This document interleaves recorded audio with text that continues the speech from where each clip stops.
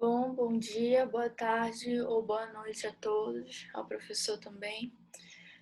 Meu nome é Lohane Caroline e meu grupo é composto pela Sinara Pinheiro, Alan Matheus, Arthur Souza, Ana Beatriz Santos, Gisele Leão, Vitória Maia, Rafael Gomes, Eliton Souza e pela Samara Manuela. E nós escolhemos falar sobre os direitos sociais na pandemia atual, já que esse assunto se encontra bastante importante esse ano, né? E utilizamos o texto organizado pelo Felipe Prata Mendes, Pedro Torinho Tupinambá e Vanessa Rocha Ferreira, tendo como tópico principal o direito do trabalho de crise e a regulação laboral da calamidade. Bom, começando com os tópicos 1, 2 e 3, o direito do trabalho em crise, como são conhecidas as mudanças aparentemente temporárias feitas ao direito trabalhista em tempo de recessão, deixa marcas eternas na estrutura do ramo, sendo necessárias, então, uma resposta orientada pelos seus princípios norteadores, que seriam uma primazia de garantia de direitos, redução dos riscos de vida, liberação de auxílios e etc. E com a pandemia mundial do coronavírus e suas consequências econômicas e sociais, muitos países prezaram por um plano de ação que respeitasse essas primazias globais, eclodindo um novo direito de emergência sanitária, que não foi utilizado de maneira adequada pelo Brasil. Antes da declarada emergência global pela OMS, Organização Mundial da Saúde, foram emitidas legislações discorrendo sobre a possibilidade de uma quarentena. As decisões posteriores incluíam, inclusive, o entendimento de ausências no trabalho como falta justificada. Entretanto, assim que o isolamento social entrou em voga, medidas provisórias foram editadas com o intuito de suspender algumas normas do direito do trabalho durante a pandemia, com foco na segurança jurídica das empresas, forçando o engrandecimento da hierarquia já muito bem definida entre patrão e empregado. A garantia dos direitos fundamentais dos cidadãos não foi a principal preocupação do poder público, situação agravada pela precariedade do Sistema Único de Saúde, o SUS, e a escassez de insumos e auxílios econômicos. Bom, em primeiro plano está a pandemia brasileira de desproteção, que seria o descaso acerca dos princípios gerados pela ordem jurídica constitucional e a falta de valorização da vida dos indivíduos. A flexibilidade autorizada que muitos interpretam existir no direito do trabalho de crise da Constituição permitiu que fossem decretadas decisões que vão diretamente contra o mesmo, em especial tendo em mente já sancionada a reforma trabalhista de 2017, que teve como principal motivação o aumento da maleabilidade das garantias trabalhistas, ou até mesmo a extinção das mesmas desde que sob acordo mútuo.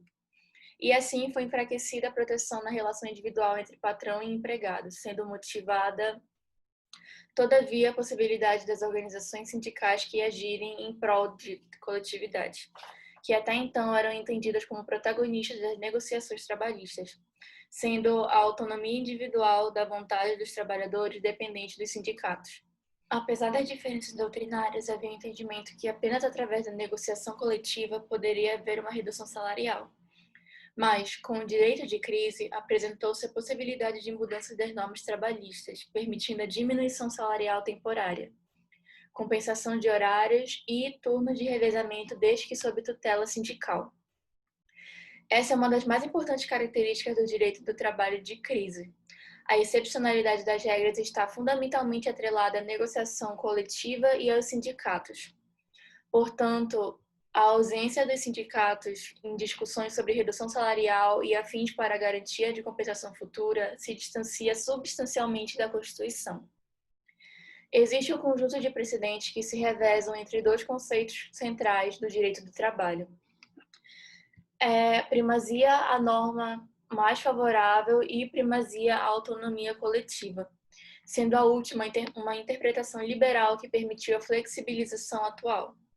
Entretanto, as saídas previstas na Constituição foram desconsideradas durante a pandemia na Corte do Supremo Tribunal Federal, por não ter sido bem defendida.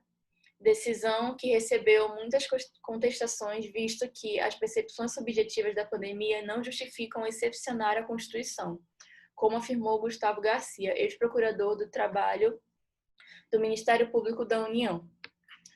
Bom, partindo para o tópico 4, O direito às férias remuneradas é um direito social fundamental conquistado pelos trabalhadores, e sua regulamentação encontra amparo em vários tratados internacionais de direitos humanos já internalizados na norma do país, como o Pacto Internacional dos Direitos Sociais, Econômicos e Culturais, que é o PIDESC, a Organização Internacional do Trabalho, que é a OIT, e até mesmo na própria Declaração Universal dos Direitos Humanos.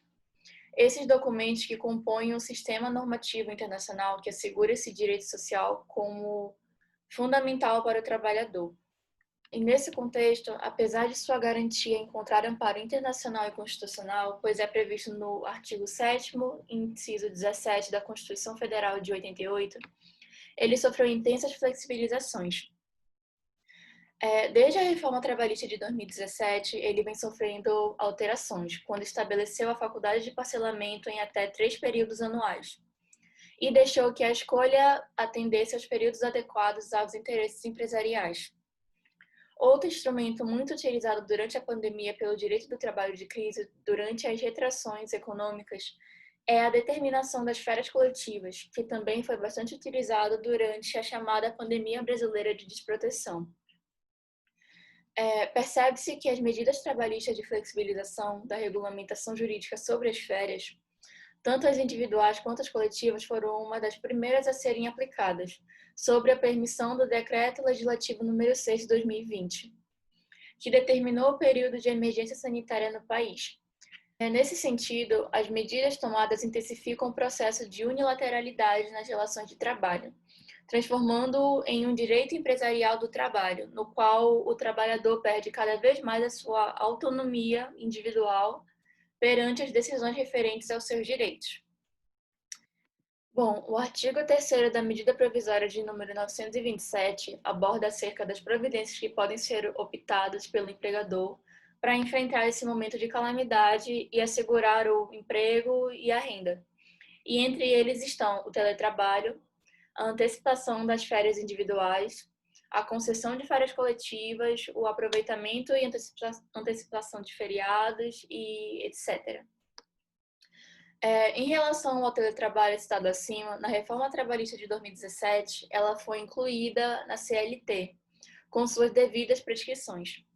No entanto, no contexto atual pandêmico, a introdução de atividade remota de teletrabalho aconteceu em seu planejamento prévio. A MP de número 927, portanto, admitiu a imposição do teletrabalho e suspendeu o artigo 75 da CLT durante a pandemia. Nesse contexto, observa-se a insurgência de um conflito de direitos à privacidade e à intimidade, decorrente do teletrabalho ou home office, além de também surgirem problemas de origem psíquica, ocasionados pelo isolamento e pelo estresse do contexto atual. Por isso é tão importante refletir sobre a importância pragmática e utilitarista do direito às férias, como um fator de recuperação de saúde mental e saúde física também. Voltando a analisar a MP, vale ressaltar que ela permite ao empregador antecipar as férias individuais e reduzir o período de comunicação a 48 horas, além de estabelecer prioridade à concessão de férias aos trabalhadores em grupo de risco acentuado. Também permite suspender a fruição das já concedidas aos profissionais de saúde ou daqueles que desempenham funções essenciais. Também pode postergar o pagamento do acréscimo constitucional de 1/3 de férias do período para até o dia 20 de dezembro, salvo exceções. E, por fim, também dá permissão ao empregador para recusar-se a converter 1/3 de férias em pecúnia. Conclui-se, então, que o futuro dos trabalhadores se mostra muito duro, pois, além de perder o seu descanso nas férias posteriores, também está em perigo o descanso em futuros feriados. De todo modo, diante dessa controvérsia judicial, há fatores que devem ser analisados para determinar se a antecipação das férias individuais e coletivas são legítimas. Dentre esses fatores, a coabitação do empregado, o local laboral ou a natureza de prestação do serviço devem ser analisadas pelo julgador, pois A MP teve por objetivo não só conter a aglomeração no ambiente laboral, mas como uma alternativa aos locais nos quais não se utilizam de atividades de teletrabalho. Entretanto, apesar das circunstâncias, a falta justificada não deve ser de alguma forma confundida ou trocada pelas férias antecipadas. De acordo com a interpretação do autor do texto, a MP busca assegurar o que está escrito nos artigos 2 e 3, diligentemente prevenindo que os trabalhadores sofram demissões em massa e que a crise se instaure vigorosamente no país. Dessa forma, a MP quer assegurar o vínculo empregatício e a renda durante a pandemia. E ainda se presume que ela se faz necessária diante do momento que sofre com a crise econômica decorrente da calamidade mundial que é o coronavírus. No entanto, a antecipação das férias futuras não pode ser ilimitada. E faz-se importante a análise de como as férias anuais são importantes para o trabalhador. Após um ano de labor, é importante que o direito ao lazer, direito fundamental, seja respeitado, garantida a saúde psicossocial do trabalhador. O home office surgiu nesse período com mais intensidade. O local que ora era apenas o lar, sem nenhuma pré-organização, se tornou também o ambiente laboral. E aí surgiram os diversos desafios que demandaram psiquicamente muito mais nesse momento, principalmente levando em consideração o contexto mundial. Há como se configurar muitos abusos e invasões de intimidade nesse meio laboral, pois o trabalhador não deve ser obrigado a manter a sua câmera ligada e expor o seu ambiente familiar. A casa é asilo inviolável e espaço privado por excelência, segundo a Constituição Federal de 88. Ou seja, direito fundamental de ter intimidade e privacidade. Logo, dessa forma, o trabalhador deve ser protegido da obrigatoriedade imposta de impor a sua imagem, seu ambiente familiar e de seus filhos pelo empregador. Nesse sentido, entende-se que os direitos fundamentais sobressaem sobre as normas privadas. Assim, as regras provisórias não podem estar de encontro com esses direitos, e é nesses momentos, crises, que os direitos fundamentais devem se sobressair e servir de norte para as decisões. Logo, não se pode suspender direitos com base na crise, mas sim reforçá-los. Sendo assim, o direito do trabalho em tempo de crise não pode sair da tangente das normas constitucionais de direitos fundamentais. Nesse sentido, as medidas adotadas para conter o avanço da pandemia e com o intuito de preservar a vida são exemplos de relação que se deve ter a fim de preservar o social e respeitar os direitos fundamentais. Diante de tudo isso, pode-se concluir, então, que é necessário que as decisões a serem tomadas estejam sempre em conformidade com esses direitos, pois a crise não pode ser pretexto para o desmonte dos direitos do trabalho, que vem sendo adotado de modo sistemático a partir da reforma trabalhista de 2017 e o fim do Ministério do Trabalho em 2019. Sendo assim, a regulação jurídica na pandemia não pode negligenciar os direitos que asseguram o viver com a compostura. Bom, essa foi a nossa análise sobre os direitos sociais na pandemia atual, né? E acaba que foi um assunto que ajudou bastante no nosso entendimento acerca de tudo que está acontecendo, né? E esperamos que tenha sido bom para o entendimento de vocês também. Então é isso e até mais a todos.